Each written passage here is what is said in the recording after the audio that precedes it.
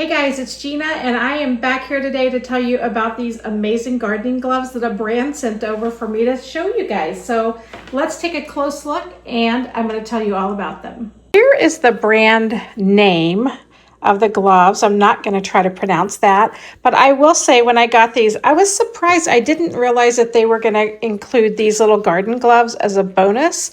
Now you will notice right away, these are long arm gloves. Now, I will say for fit and sizing, because I know that that is something that people would often, I want you to take a look at my hands. I would say that my hands are on the small side, but my arms are on the chunkier side. So for me, I got a size large and I think they fit me really, really well. So let me show you again. I'm going to try on the right glove and I want to show you how it fits.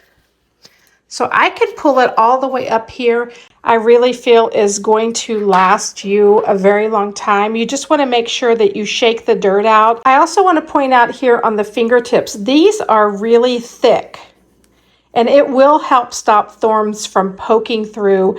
And it also adds some extra padding. So when you are gripping things like the stems, the branches, and rough materials, it's going to save your hands. It's going to save your forearms. Look at this, right? Can you see the leather right here on the palm?